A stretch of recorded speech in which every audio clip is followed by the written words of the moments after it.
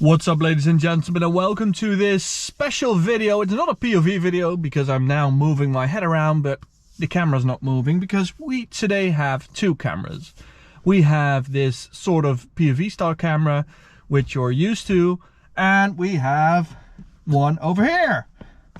Hi, my feet and pedal cam. Now today I'm going to talk to you about shifting techniques because, well, one of you guys asked me to do a video about it, and since we have a nice manual car, the M3 G80, I thought, yeah, let's just do it because it's pretty damn handy. Back when we started AutoTopNL, I also watched a video like this about rev matching, about heel and toe, about flat foot shifting, but these videos are pretty old and I just wanted to update them and give them my own interpretation. Using these techniques, these shifting and clutching techniques, you will make your car more balanced, more smooth and faster. Also pretty handy since you have a manual. That means you will always be slower than the same car with a DCT or an automatic gearbox. But the good thing is you will be having more fun because it is so much fun having a manual. Okay, let's start her up and start with the first technique, which is called rev matching. Now what we do with rev matching is we match the revs of the engine and the gearbox, which sounds pretty damn boring, but it's really handy and it will keep your car more in balance and it will be smoother driving your car like that. With M mode you can probably see the rev counter right now, which is pretty damn handy. And let me go to the setup menu because I will be using that later in the video. Okay, now let's get started. It's a downshifting technique, rev matching.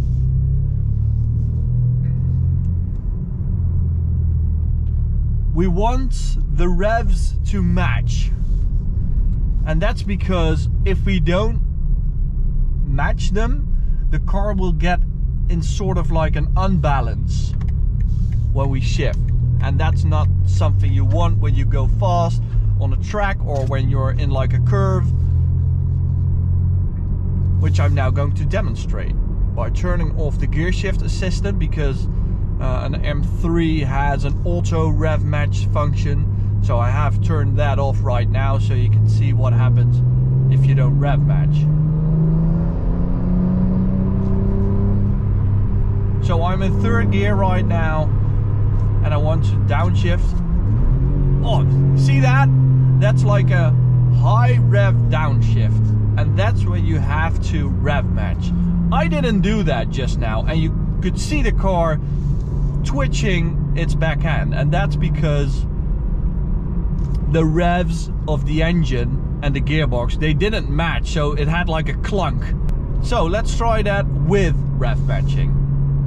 I'm in third gear and want to go to second, so I press the clutch and at the same time I match the revs with my throttle and then let off the clutch again, like that. Let's do that one more time.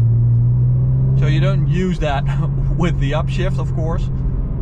Is that a speed cam? I think so. Oh, that lovely Arma speed intake. It sounds so good. Okay, here we go. That wasn't perfect.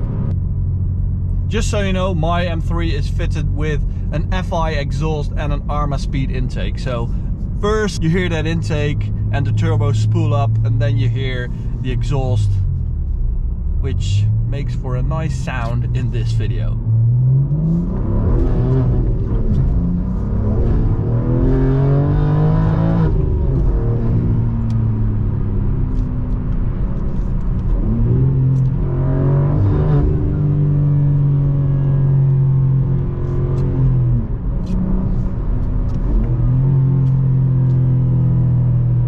Give that one more try from third to second.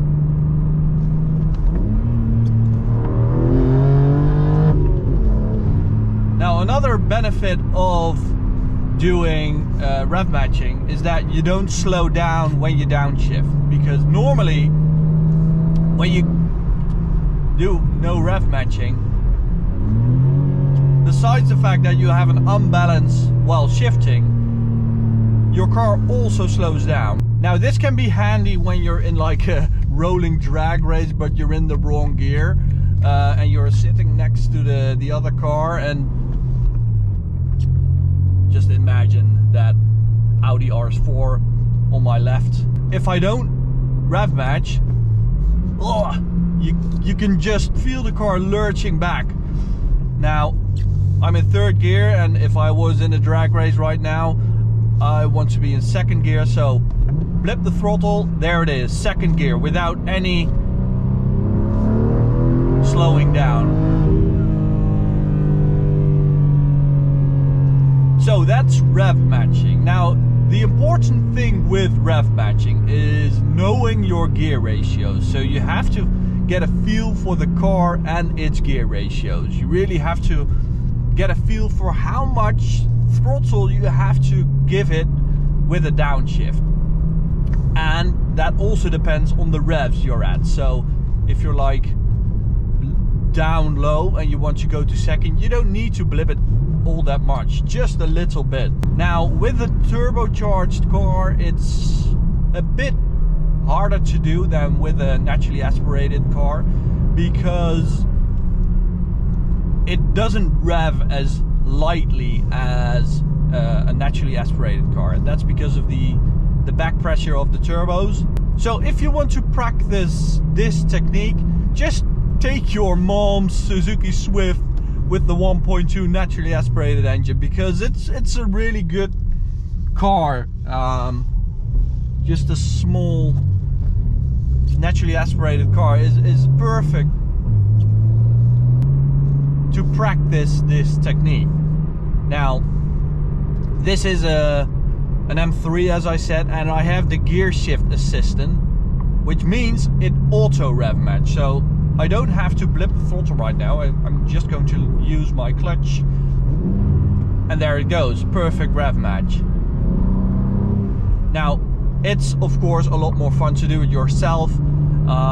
You decided you wanted to shift gears yourself because you got the manual, so why not do the throttle blipping also by yourself. Now that was rev matching. Get a feel for it.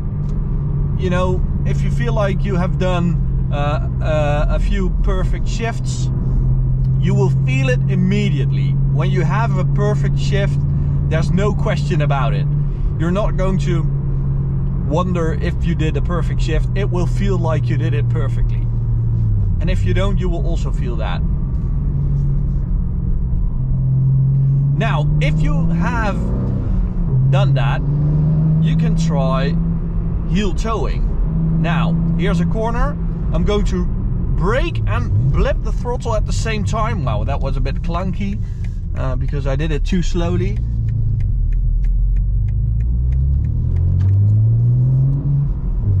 So you combine two techniques. It's braking, which I hope you can do, and rev matching at the same time. So to brake, you use like the toe. That's why it's called heel and toe. So like your big toe of your right foot, and with your heel you press the throttle.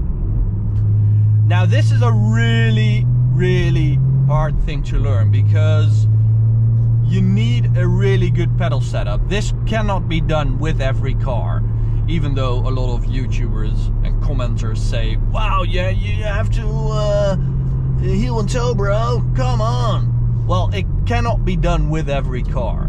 With an M3 you can. The best car to do it with is a Mini R series. Here's a top tip for you, because the brake pedal and the throttle are really close together, and that's what you want, like with an old school rally car. Okay, let's give that one more try. Braking, throttling, there it is. Let's do that once more. Third gear. Oh, here's a corner. I have to brake. There it is.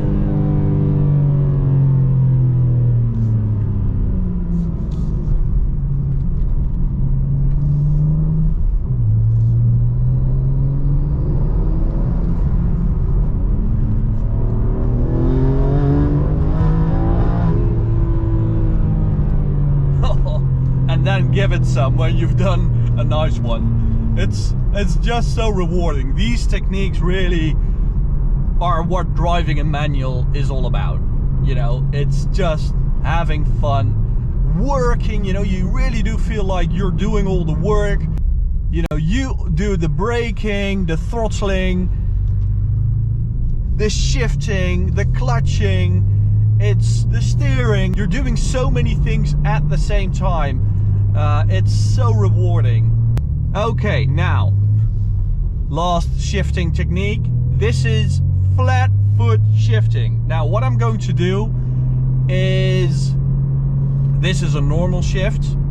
Clutch, off the throttle, select gear, off the clutch, in with the throttle. Now, what I'm going to do, I want to do this as fast as possible. So I'm going to just hammer it. And that's what you do with acceleration tests, for example. You flat foot shift. You don't let off the throttle. It's a really, really weird thing to do when you've like done the shifting in the same manner for 10 years and you now don't have to lift. It's absolutely against all your senses. But you just have to ignore that. Again, try it with your mom's car. her clutch might be a little more cheap than yours. You shouldn't do this every time because you don't let off the throttle. You know you give a bit of a blow to the clutch, just a little. It's not really hurting it, but just a little. So don't do it every time and drive off the driveway flat-footed. But I'm going to show you how it works. So here we go. So my second to third gear will be flat foot.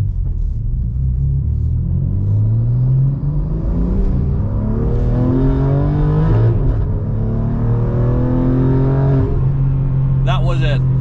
So you hear that the engine like revs up really quickly in between the shifts, and that means you don't have that cutoff power when you go off the throttle. So that's how we do acceleration tests with a manual. So I hope you guys learned something today. I hope the video was enjoyable. Thank you so much for watching. If you have any tips for this video, just let me know. If you have any more requests about, you know, driving. Just to be clear, I'm no driving god. I don't have any talent for driving. I'm very, very mediocre. So if I can do it, you can do it. Go try it and see you at the next video. Bye guys.